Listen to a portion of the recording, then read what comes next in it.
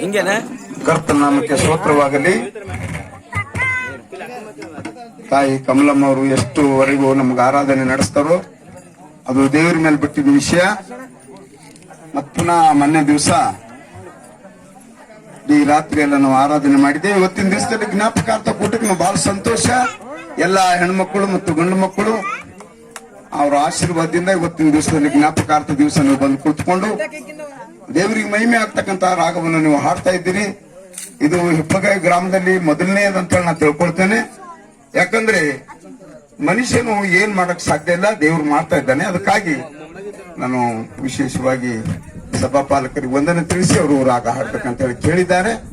ಅದಕ್ಕಾಗಿ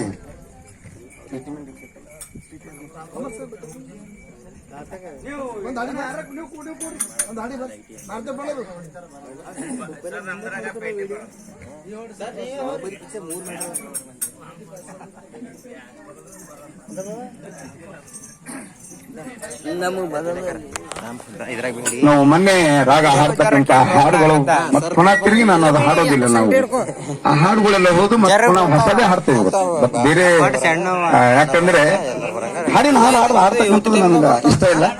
ಅದಕ್ಕಾಗಿ ವಿಶೇಷವಾಗಿ ತಾವೆಲ್ಲರೂ